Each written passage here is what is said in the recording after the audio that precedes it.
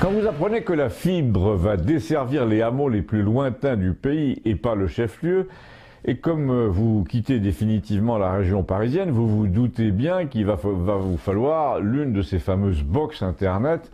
Je veux dire une boîte, c'était tellement plus simple de les appeler comme ça au début, il y a 10 ou 15 ans, qu'on se demande pourquoi le gouvernement n'a pas imposé l'usage du mot boîte en français par décret, sous peine d'amende, mais bon, c'est pas le sujet. Mais d'ailleurs, j'ai la réponse, c'est parce que le gouvernement est en fait dans la main des opérateurs de la boîte et pas le contraire. Donc, vous allez sur Internet avec l'aide de votre portable, qui vous sert à ça depuis le début, et comme avec le portable, vous êtes chez un opérateur qui commence par un B, vous vous dites, je vais commander une box, une boîte de chez eux. Vous regardez les tarifs chez un revendeur, on vous dit, faites le test d'après votre numéro, et après, on s'occupe de tout, seulement je n'ai pas de numéro.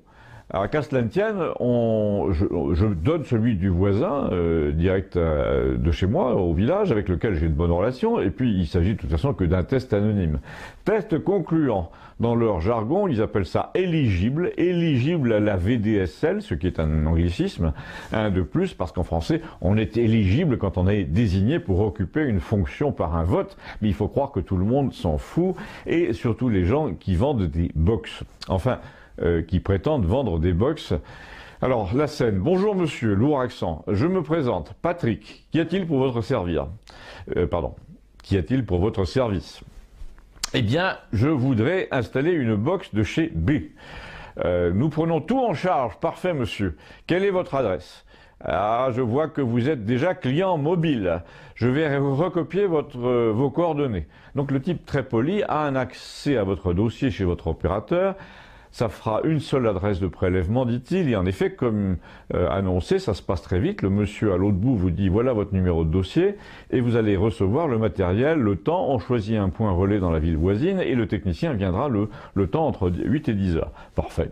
Le jour de la livraison du matériel, vous téléphonez pour savoir s'il est arrivé. Dans le point relais, on vous dit non. Le lendemain, non plus. Donc, avant l'arrivée du technicien, vous téléphonez à B, la maison mère, pour savoir où en est votre dossier, et vous donnez le numéro, et vous dites c'est un certain Patrick qui a pris la commande. Mais il n'y a pas de dossier. La demande n'a jamais été enregistrée. Personne chez l'opérateur ne connaît d'ailleurs le revendeur, même pas le chef de service. Je dis quand même, c'est très grave. Un type avec un lourd accent me demande mon numéro de carte bleue en votre nom, et me donne un numéro de dossier, et vous ne connaissez pas l'entreprise. Et maintenant, vous me dites qu'il n'y a pas de dossier à mon nom, donc j'en déduis que vous laissez des gens comme ça commettre des escroqueries à la carte bleue en se prévalant d'un partenariat avec vous. Toutefois, ces gens avaient l'air quand même d'avoir accès à votre serveur client, puisqu'ils savaient qui j'étais, où j'habitais, quelle était mon adresse électronique, et d'après mon numéro de mobile. Je vérifie, il vérifie, le type de chez B, on entend des conversations, le type revient et dit, oui, en effet, apparemment, c'est l'un de nos revendeurs, mais il n'y a pas de Patrick, c'est un certain Rachid qui s'est occupé du dossier. Donc ça, je m'en doutais un peu. Donc le type avait menti sur son prénom pour mieux vendre des contrats, mais il paraît que c'est assez fréquent. En tout cas, lui, il avait fait son travail. Et vous, chez B, vous avez annulé le dossier, je vous entends depuis une minute, vous qui m'écoutez, vous vous demandez pourquoi il nous embête avec ces histoires d'abonnement Internet. Tout le monde connaît ça, il n'y a rien de spécial à Campagnol. Ben si, il y a plusieurs particularités en campagne, et vous allez voir. En tout cas, chez nous, c'est que nous n'avons pas de numéro de rue, et parfois pas de nom de rue, et la mienne fait 30 mètres de long. Mais les robots de chez B, comme tous les robots d'ailleurs, y compris ceux qui nous gouvernent, ça leur déplaît fortement. À la limite, ils préféreraient que vous déménagiez pour une adresse qui rentre dans le formulaire. C'est tout juste si on ne vous traite pas de gilet jaune parce que vous habitez une rue sans numéro. Donc les agents téléphoniques de chez Bouygues, tant pis je l'ai dit, quand ils reçoivent une demande d'abonnement où tout est rempli, y compris le rendez-vous avec le technicien, et quand ils ne peuvent pas garnir la case numéro de rue, eh ben ils envoient carrément le dossier à la poubelle, sans vous le dire bien entendu, et sans le dire non plus au revendeur.